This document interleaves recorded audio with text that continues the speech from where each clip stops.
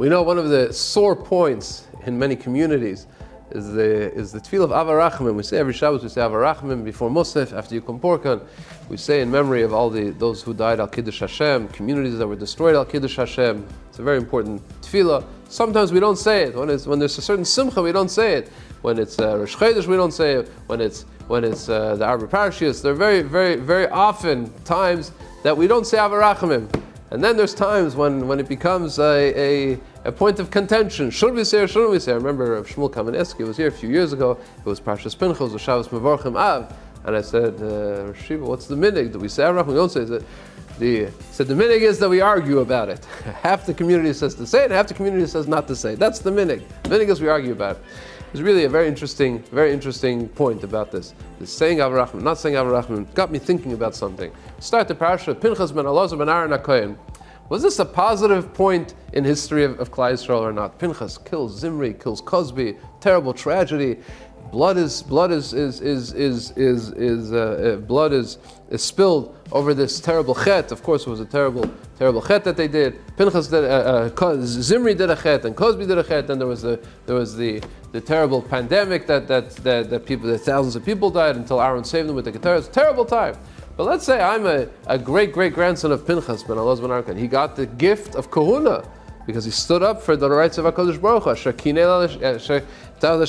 He stood up and he stood up for the honor of HaKadosh Baruch Hu, and he, because of that, got the Bris Yishalom. He got the covenant of peace, and also all of his children became Kahanim. If I'm a great-grandchild of Pinchas, I have to make a Yom Tov every year on that day. The yard site of Zimri for me is a Yom Tov. Why? Because I became a Kohen. Because of that, I'm a Kohen. It was a positive moment. We see very often the idea, is this positive? Is it negative? Is it a happy moment? Is it a sad moment? These emotions very often conflict with each other, and we have to understand how to deal with both of these emotions. The great Rav of Telz, the last Rav of Telz, Rav Yitzchak Bloch, Hashem Yikam Domov, he writes in the Shirei Das that they published in his Shirei Das, he says that his most unbelievable respect for Chazal comes from the Hilchis Avelus on Cholamoid. Cholamoid is a Yom Tiv. It demands from a person simcha. Avelus is also demands from a person. The Torah demands from a person to mourn, and we have to be in mourning. Chas v'shalom, a person in that situation has to be in mourning. He also has to be besimcha.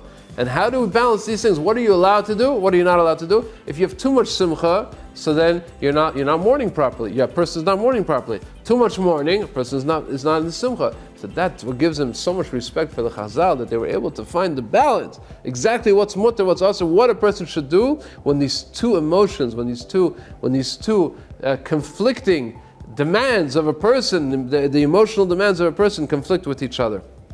Rav Chaim Stein used to say on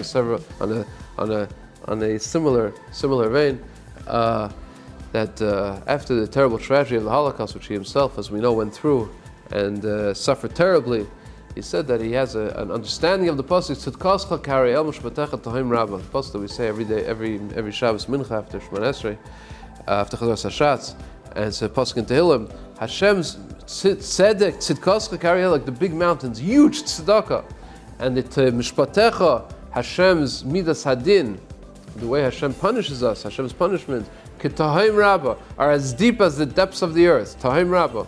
And we usually associate that it's two separate things. Sometimes Hashem gives us tzedek, and sometimes Hashem gives us din. And Rav Chaim Stein said, no, it's not like that. It's at the same time.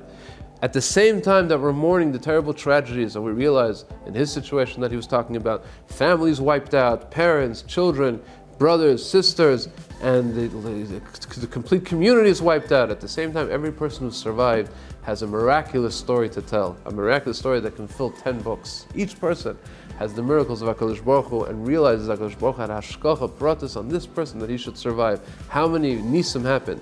On a very personal note, we went through a very difficult winter in our family, as you all know, and we thank you all for your tefillas. On behalf of our father, Shlita, who went through a very, very severe bout of COVID and suffered for many months in a very terrible way. And sometimes we can think, why did HaKadosh Baruch Hu pick such a special person, such a righteous person, and that person has to suffer. And then at the same time, we realize how every step of the way HaKadosh Baruch Hu is with us. Every step of the way HaKadosh Baruch Hu is showing us His smiling face, Kaviyachal, and showing us this doctor had to be exactly at the right time, at the right place. He had to be there, and literally every step of the way as he gets stronger and stronger each day, and coming back to himself. And we see how much chesed and how much we have to thank HaKadosh Baruch Hu for the chasadim that He gives us. And it's not a stira, it's not a contradiction.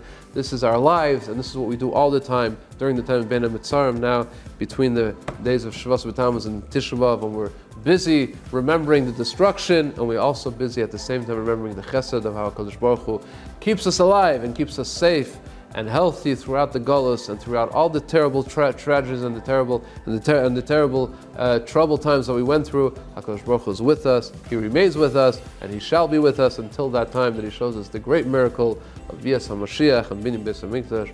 It should be b'mehera v'yameinu. Good Shabbos.